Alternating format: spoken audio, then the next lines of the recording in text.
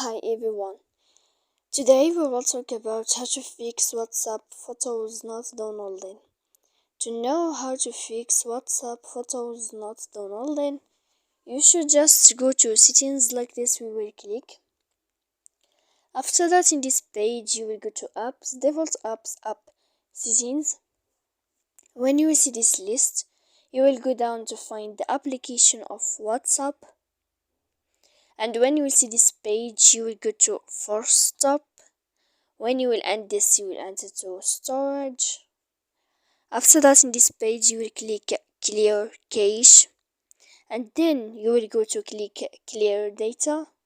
And after all that, you can update your application. So please don't forget to support us by like and subscribe. See you next time in another video, and thank you for watching.